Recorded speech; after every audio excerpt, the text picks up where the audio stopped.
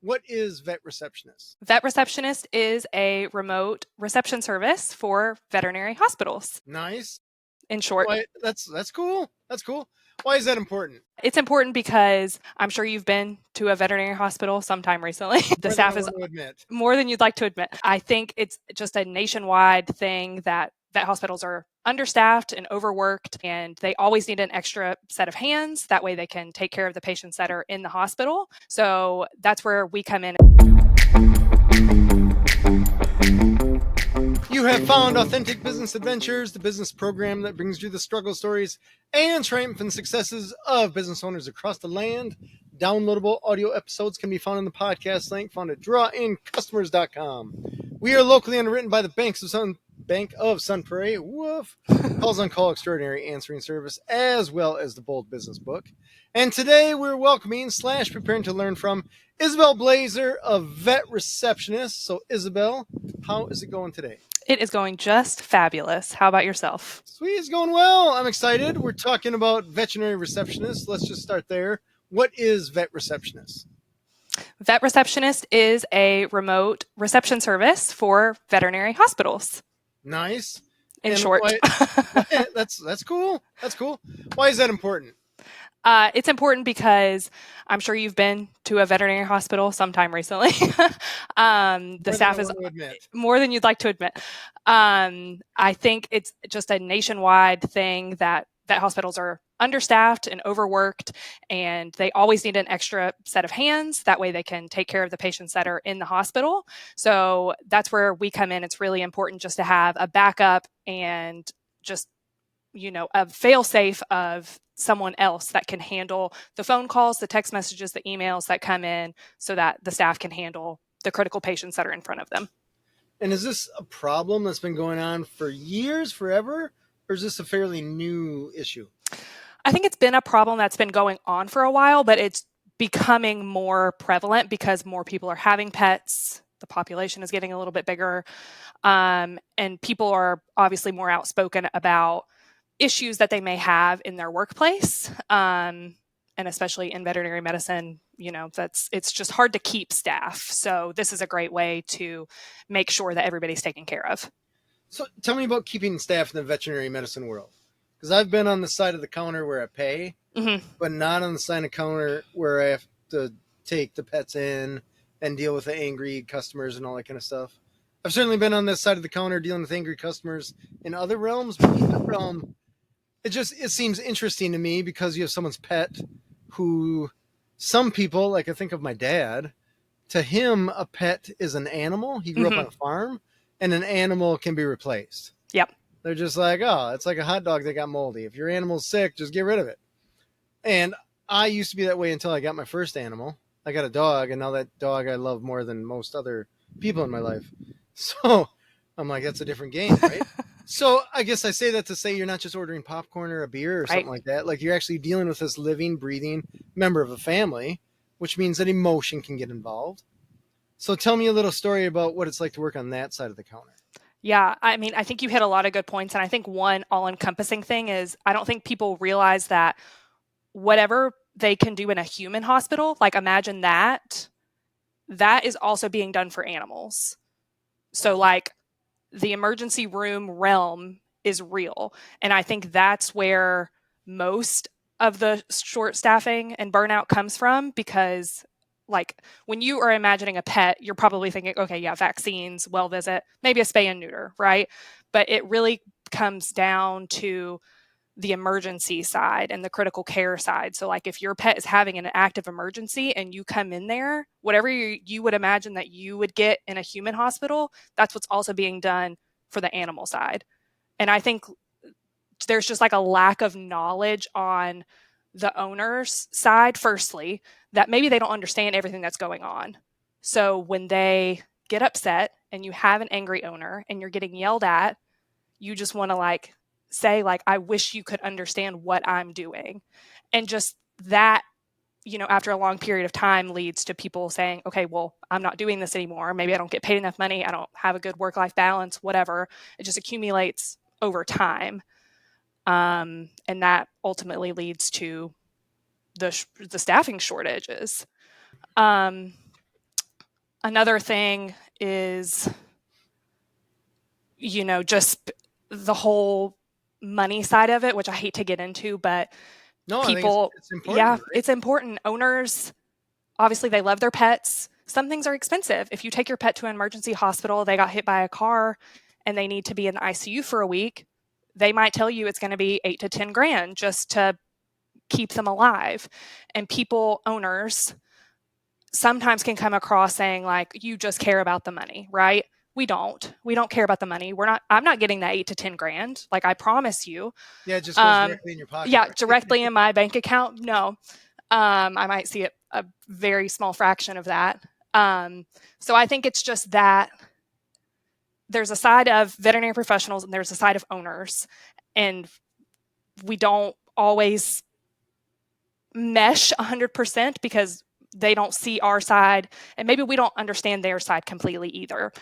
And there's just, hostility and things like that sometimes. And I just think that accumulates over time and leads to people wanting to leave the veterinary field because they don't get the same respect as a human doctor would. Oh, interesting. Mm-hmm. That, it's funny. I have noticed that as well with the veterinary side, talking to my vet, who he's a male, and I didn't know that. I'm learning the veterinary field is female. Yeah. I had no idea because my one vet, the guy that I see, he's a dude. So the awareness that I had was this one guy. So therefore, a lot of vets are guys. I don't know. I'm wrong. You're very wrong. Yeah. Very wrong. Very wrong. Oh my gosh. But it's interesting because talking to him, he was talking about expanding his practice and the cost of build out. He's in an older building. It looks beat up. It's prison beige inside. It's the brick that looks like it was put up probably 50, 60 years ago, something Sad like that. beige. Just old, right? And he's like, I'm 50 some years old.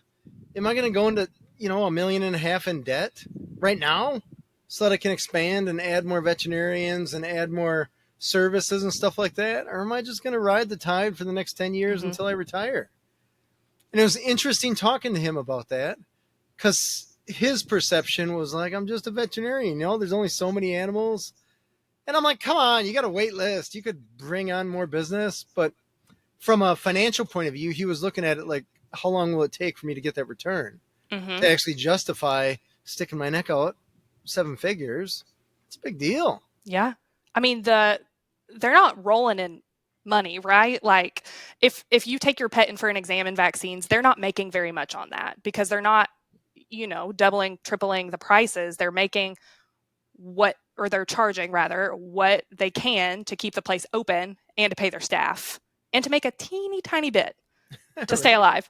But they're not like upcharging. So it's not like a human hospital where, you get a cut and you have to have stitches. And of course there's insurance involved, but there's a drastic difference on paying things for almost the same services.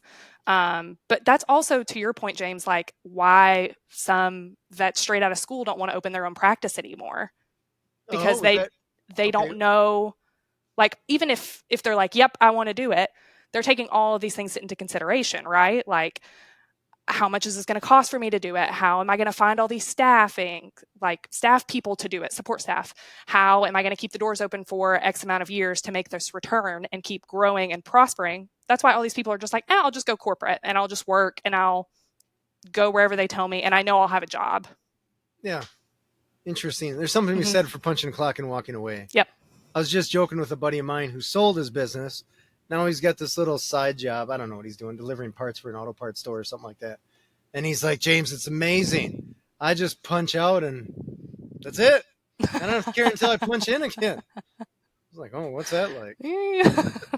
We don't know. Yeah, no idea. Tell me from the vet receptionist side, you guys are answering phones essentially for veterinary clinics. We talked a little bit about the veterinarians, the doctors, the ones that went to school for a billion years or whatever. Yeah. What kind of experience or knowledge do the vet receptionists need or typically have? The ones that are on our staff. Let's talk about universal or just in general ones that are on your staff. Yeah. So the ones that are on our staff, I guess I'll start there, have some sort of clinical veterinary experience, whether that's working the front desk, whether that is working as a technician or assistant in the back. It's just kind of all encompassing. They have experience in a veterinary hospital.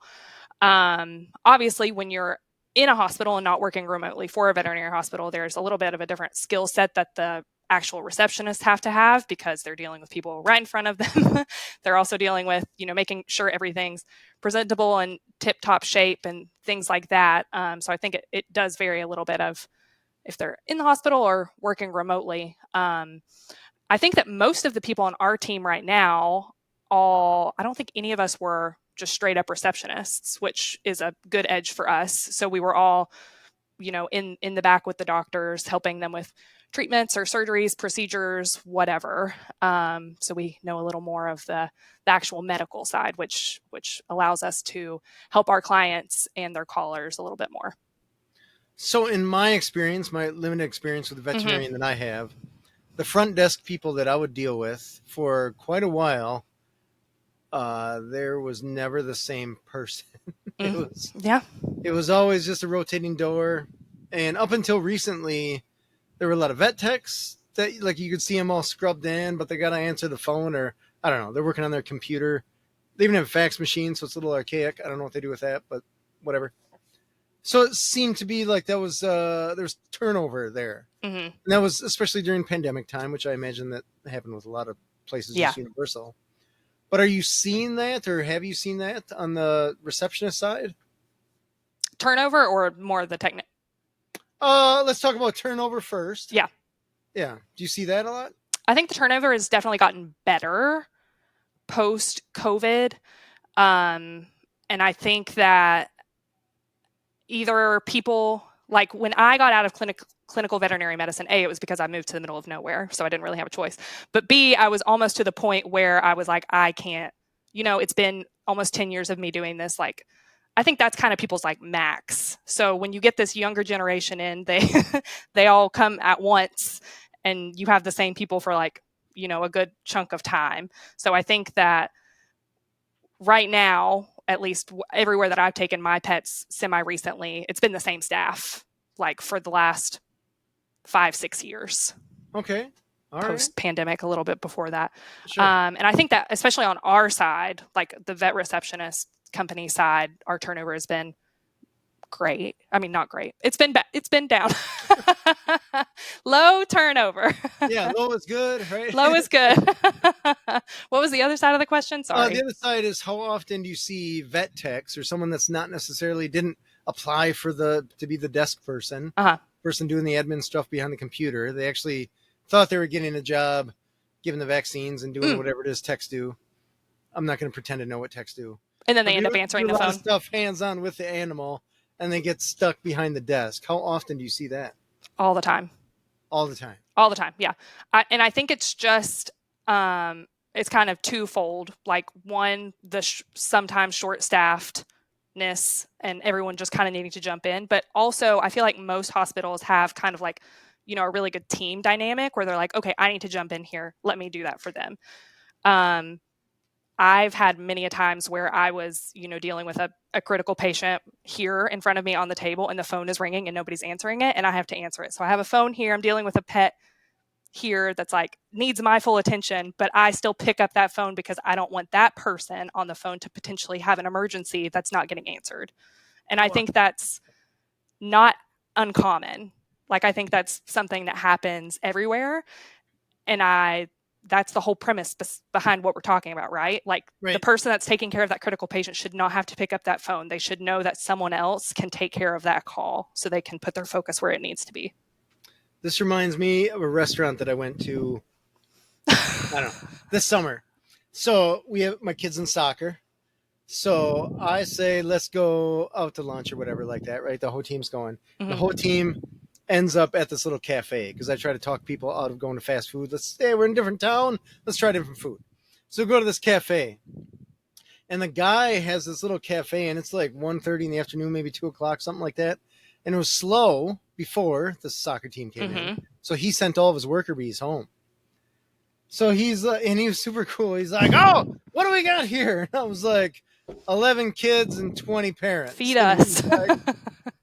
and my thought was, dude, we just made your week. And his thought was, it is just me. Mm-hmm. So the first thing he did, you could just tell he was going on damage control in his head, just prioritizing. He's like, okay, here's the situation. I'm going to take care of half of you. The other half, if you don't mind, there's another restaurant around the corner. I'm going to walk you there.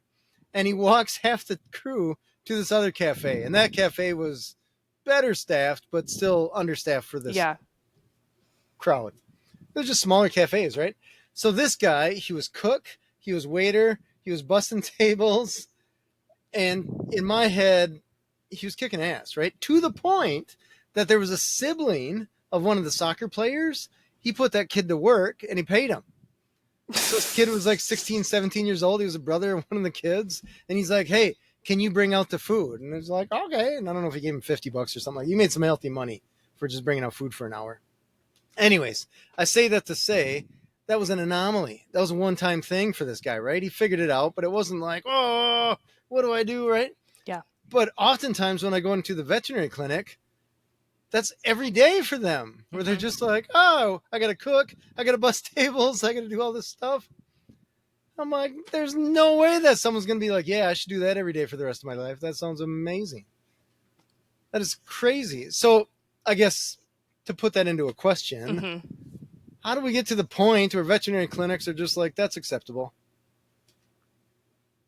I think that's a tricky answer, because the reason that most people get into this field, right, is that they love animals and they want to take care of them. And then when they get into it and it's such a convoluted job description, like, okay, you're going to do all of these things. You're going to take x-rays, you're going to help in surgery, you're going to do dentals, you're going to run blood work, you're going to do all these things. I think it just becomes the norm of like, okay, this is what the job entails. Because like, and to compare it a little bit, so in human nursing, right, you have specialties of what you do. You have a nurse that just works in the ER. You have one that just runs the CT machine. You have one that just does this. There's not that in most places. Like, everyone does everything. Wow. And you're expected to know everything. Of course, in the very high end places, there might be like a specific technician that does a specific job, but for the most part, everyone does everything. Wow. And that's a really great thing about veterinary medicine, because people are phenomenal and are so smart, but that's also can be a downfall and push people out of the field, because they have all of this stuff in their brain, and they're running around a million miles an hour, and then they just can't anymore. That's why you don't really, at least when I was in clinical practice, I feel like I never worked with anybody that was over like 40 years old, because they were just like, I'm done. Yeah. Oh, really? Like they just get out of the field entirely? Or yeah, just do something else. They're like, I'm too old for this. Wow. Okay. And so a lot of times I hear that it's like, I'm sick of lifting 80-pound dogs and stuff like that. But it sounds like it goes beyond just it goes beyond that. Yeah. I think it's just like you're just exhausted physically and emotionally and mentally, because on top of all of this, you're dealing with the actual very sick / dying pets, unless you're just giving vaccines all day, which nobody's doing. Like, we're not just playing with puppies and kittens like everyone thinks. It's serious. So yeah, if you have a day where you're helping euthanize all these sick pets, like, why do you want to go do that the next day? I can imagine if someone's job is euthanizing and they're doing, I don't know, more than one a week. I feel like that's got to be a little bit heartbreaking each time. That's got to build on them to a negative point, or they just become immune to it, numb to it. Like, no, that's a thing. Dies kind of thing. Yeah. When I finished so I worked in general practice, then I went to ER ICU, and then I went back to general practice. When I was in my ER ICU phase, like near the tail end of that, I could feel myself like, I care a lot, but I'm just not emotional about it anymore. Like, yep, that needs to, like, they're better off because we're going to euthanize them, whatever. Then when I got back to general practice, I felt like I had to like melt my frozen heart. Like, it took, I think it was like my first week back. We had this puppy that came in for its first puppy visit, and I saw it for every single one of its puppy visits. She came in and got spayed. and then like saw her so many times after. And like through that process, it was the opposite, right? It's the opposite of euthanizing a dog. It's seeing it grow up and like do all its things. And I remember like, this sounds so mushy gushy. I remember crying at one point, and I was like, I think I forgot that I had emotions because they were just gone. Wow. Holy cow. Mm-hmm. So and that's not an anomaly. Help me with the crying thing. Yeah. So the dog came in just to get a checkup? Oh, yeah. She was just there for like, I think that's when she got her last puppy shots and her rabies. And then I wasn't going to see her again for like a few months until she got spayed or something. So I was like, she came and got hit by a car. No. It was good crying. Yeah. I was just like, my heart is full because I got to see this dog from 8 weeks of age to 16 weeks of age. Everything's good. She's fine. She's taken care of. And now I get to see her for wellness visits moving forward. Like I wasn't thinking like, oh, the next time I'm going to see a pet walk in the door, they're going to be dying. Like I get to see her for happy things. Okay. We're on the emergency side. It's never like, hey, just check them out. Let me know if they're good. Oh, never. No. Okay. Yeah. Interesting. I still have to wrap my head around the good cry thing because I don't even know. You don't do that. Yeah, that's okay. No. I don't have a good motorcycle ride, I guess. I don't know. Is that close? I have heard it from other people. A good cry. A good motorcycle ride. I don't know what that means. What is a good cry? I just can't wrap my head around that. Just so emotion. Like you didn't cry on your wedding day? Maybe that's not good. No. You're so emotional that it just like. My wife cried on the wedding day because it was raining. And we were. Because she was upset. Jamaica or whatever. And I'm like, it's one day, right? And then I heard later, if it rains on your wedding day, that's lucky. It's good luck, yeah. Yeah, just. Whatever. I was like, it's a day. We're not going to understand the guy anyways, so what does it matter? But yeah, it was fine. It was fine. Yeah, a good cry. I have heard employees say that.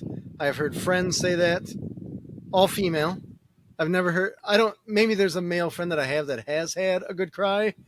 No male friend has said, hey, James, I had a good cry. It's not even like you don't have to bawl, just like 1 or 2 teardrops of just you're overcome with happiness. Huh. My husband cried on our wedding day. All right. He did that. Okay. Just a little. Yeah. I mean, like he bawled or like a tear? No, just a few. Yeah, a few tears. Okay. All right. There's so many jokes, but I don't want to make them. So. All good. Tell me the veterinary side, digging in more of the shifting that. How's this for a segue? Non-existent. So veterinary clinics are generally speaking understaffed, it sounds like. Is that safe to say? Mm-hmm. All right. So is that, in your perception, partially a financial decision just because the money coming in doesn't equal enough to pay for what would be considered a reasonably logical full staff? I think it's probably somewhat of that. I think also, and I've seen this happen from firsthand, when a clinic is growing, they say, okay, well, I've survived with this amount and let's see how far I can stretch it, which as a business owner, like seems fair, right? Like how much work can I get out of this existing staff that I already have? And they just push and push and push and stretch. And sometimes they don't hire more people. Like they may hire two new doctors and they have all these new clients, but they won't hire more receptionists or more technicians. So it's interesting you say that. Here's a perfect segue. Mm-hmm. My doctor, my veterinary doctor that I see, the veterinarian, I see him after going through front desk person. Then I get shoveled to a room. I'll probably see a tech. Yep. Maybe 2 will come in because my dog Kirby, they love Kirby. So they probably have a good cry or whatever. Yeah. And then you hang out for another 10 minutes, right? Because they're called patients. And then my vet comes in. And I'm sure that he's just moving room to room to room. Yeah. So he doesn't see what had to happen for Kirby, my dog, to get into that room. So from his point of view, like, hey, every time I open this door, there's a dog or cat or whatever for me to look at. And that has never been a problem. So therefore, there is no problem. Exactly. And I remember telling him, man, your front desk staff, what's going on there? And he's like, what do you mean? And me, the business guy, is looking around going, dude, what is going on here? You got to tweak your systems here. Yeah. And it was interesting having a conversation with him because he's like, we're good. We're fine. Everything's great. Everything's wonderful. Well, that's a good point because, yeah, if he doesn't, how do I say this nicely? He's not maybe directly affected by it, right? So if the techs are working double what they used to for the same amount of pay and they're just sucking it up because they like where they work and they want to continue doing that, then that's not going to necessarily affect the doctor. What they're going to see is, oh, we're seeing twice as many pets and I'm making more money with the same staff, so let's keep going as is. Yeah, more like that. More like that. It's interesting because the veterinarians typically are the clinic owners. Mm-hmm. So I understand they're looking at bottom line and top line, being like, oh, well, we brought in more clients. I didn't have to pay more employees. So, yeah, let's keep doing that. So we're good. Until an employee leaves or 5 employees leave or whatever. Or clients just don't come back because they're so annoyed. Yep. I don't know. I suppose there's a lot of avenues there. It's interesting in my business journey how you used to be like, hey, let's cut expenses everywhere we possibly can. And you assume like, hey, bring in more cash, reduce expenses. That's how you make more money.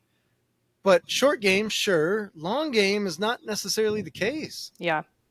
So depending upon where you're cutting and all that jazz. So it's interesting. I guess, do you feel like veterinarians, I'm going to ask you to generalize here. So apologies to veterinarians here. Do you feel like veterinarians that you have worked with or that you are aware of that own these clinics, do you feel like they would consider themselves, if they were asked directly, do you consider yourself business savvy? Do you think they would answer that they are business savvy? Mm-mm. No. Okay. All right. No. Is that from lack of desire, lack of awareness, lack of even knowing that business savvy is a thing? I don't think it's not that they probably want to, because if they're the ones owning it, they probably want to be savvy about it. I think that at the end of the day, they just have other priorities. Like, they're not business people, they're animal people. So I think that and they don't teach business courses in vet school, like I'm sure you can. Don't come for me, anybody watching this. But they don't. There's not to my knowledge, a course of how to open a practice, like how to do this. Here's your business plan type situation. There's not. So they probably don't know. Oh, interesting. Again, not that I know of. The vets that I personally know. Well, I never worked at a veterinary clinic, so I don't know either. But I'm sure there are resources they can find, but I think it's just like here, let's do this because I want to be my own boss. Like we were talking about, they don't want to deal with other people. So let's do this. But then they kind of have to like backtrack of, oh, okay, now I need to hire outside business people to tell me how to do it because that's not their expertise. All right.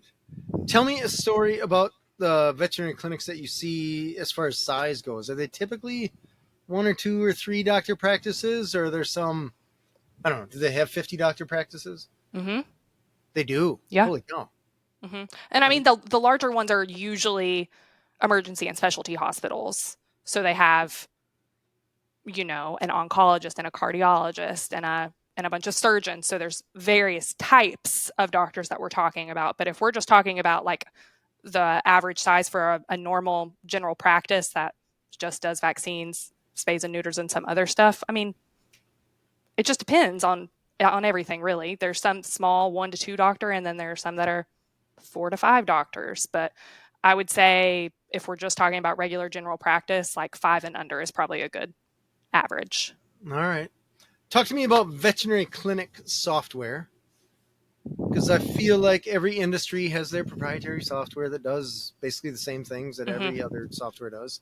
So talk to me about your experience with that and your, I guess, good and bad. Good and bad between different software? Yeah, what they have and what you see. And like, I'm assuming veterinary clinics aren't just using Google Calendar and a spreadsheet. I hope they're not. They are not.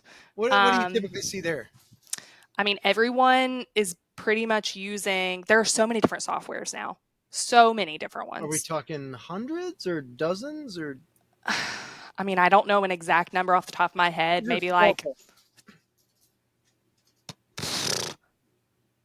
25, 30, maybe. Okay. Yeah. That's a lot. Okay. It's always interesting to talk software because I think of something like QuickBooks. Mm-hmm. QuickBooks, almost every small business uses QuickBooks because all the accountants are like, we totally do QuickBooks. And so small business owners are like, well, I guess we're using QuickBooks, even though it's kind of crappy software. It's not that great, but it's accounting. There's no magic to it. And it's interesting because QuickBooks has such a huge percentage of the market. And I keep wondering, like, in an accounting software, like, no one else has come up with enough of a competitive chunk of software to compete with QuickBooks. So it's interesting, I guess, weird. When you get into like Arborist or something like that, they're like, these are the 4 or 5 that I'm sure there's other ones out there, but typically you run into that. Same with massage or spas and stuff like that. They got the same, whatever. There's 5 or 6 there that are major players, a bunch of smaller players, but there's bigger ones that I suppose 80-20 rule, right? Yeah.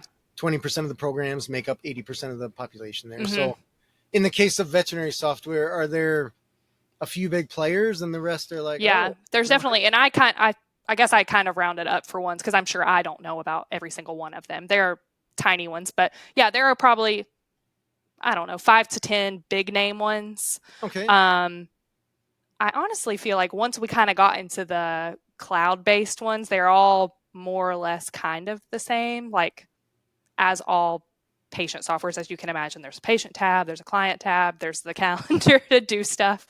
So I think nowadays they're all pretty user-friendly, but yeah, I mean, how in-depth do you want me to go here? No, I guess the question I'm alluding to is the crew at Vet Receptionist, then they have to know all these software chunks, right? Yeah. Yep, right. We know all of them. So whatever our client uses for their software, we can access that.